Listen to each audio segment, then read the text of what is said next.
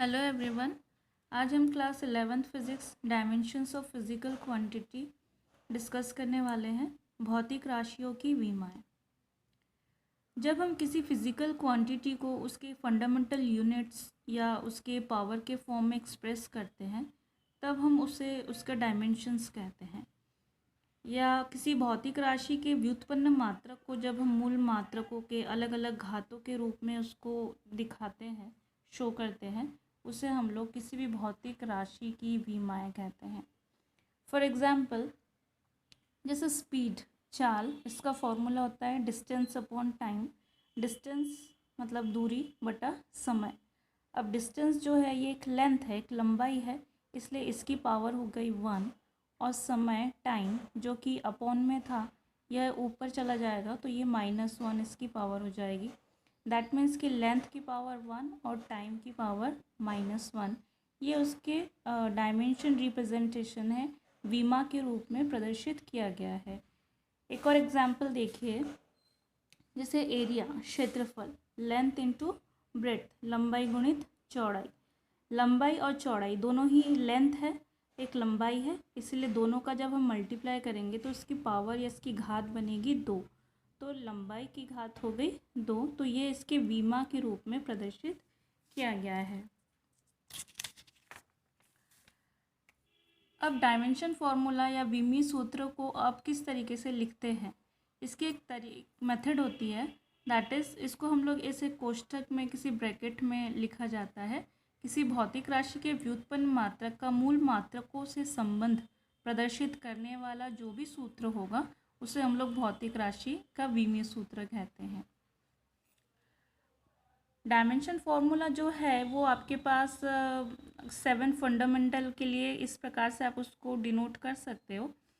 7 मूल राशियों को, जो कि हम लोग पिछले वीडियो में देख चुके हैं, जैसे द्रव्यमान, मास के लिए m, लेंथ लंबाई के लिए l, टाइम समय के लिए आपके पास t, टेम्परेचर के लिए k, और इधर आपका करंट के लिए एम्पियर, ल्यूमिनस इंटेंसिटी ज्योति तीव्रता के लिए cd, और मोल जो है वो पदार्थ की मात्रा के लिए है, मैटर के लिए है।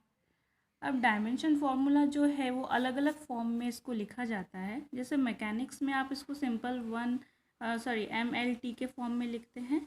थर्मोडायनामिक मतलब ऊष्मागतिकी में आप mlt या उसके यहाँ पे ऊपर मैंने आपको बताया था, उसके लिए टेम्परेचर के लिए होता है केल्विन। ऐसे ही मैग्नेटिज्म और इलेक्ट्रिसिटी या विद्युत एवं चुंबकत्व के लिए भी आप उसमें mlt और a का यूज़ कर सकते हो। और ऑप्टिक्स में, प्रकाशिकी में mlt और cd का यूज़ किया जाता है। अब डायमेंशन फार्मूला को लिखते कैसे हैं, इसको लिखने का एक पैटर्न होता है। विमीय सूत्र को हम इस तरीके से लिखते हैं mlt, इसकी पावर a, b और c। जो भी पावर है वो a, b, c के फॉर्म में है। और जो आपका फंडामेंटल यूनिट्स है या जो इसका मूल राशि है mlt, द्रव्यमान, लंबाई और समय के लिए।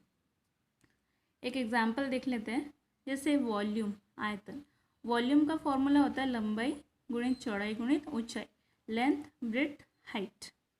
अब ये तीनों ही लेंथ है, इसलिए मास इसमें नहीं है, m 0 हो जाएगा। द्रव्यमान इसमें नहीं है तो द्रव्यमान की घात 0, l की पावर 3, क्योंकि हमारे पास 3 लेंथ है।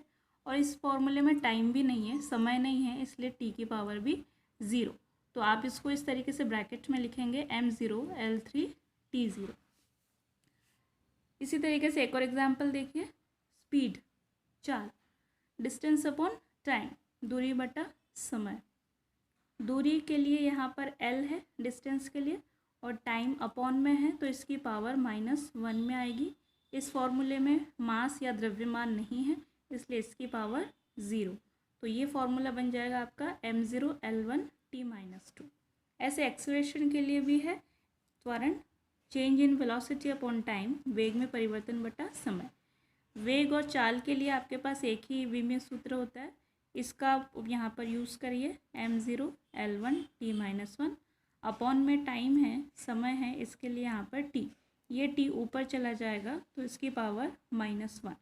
अब इन दोनों को जब आप सॉल्व करेंगे तो t की पावर ऐड हो जाएगा, तो m0 L1 t-2। तो ये एक्सेलरेशन का डायमेंशन फॉर्मूला है। Thank you.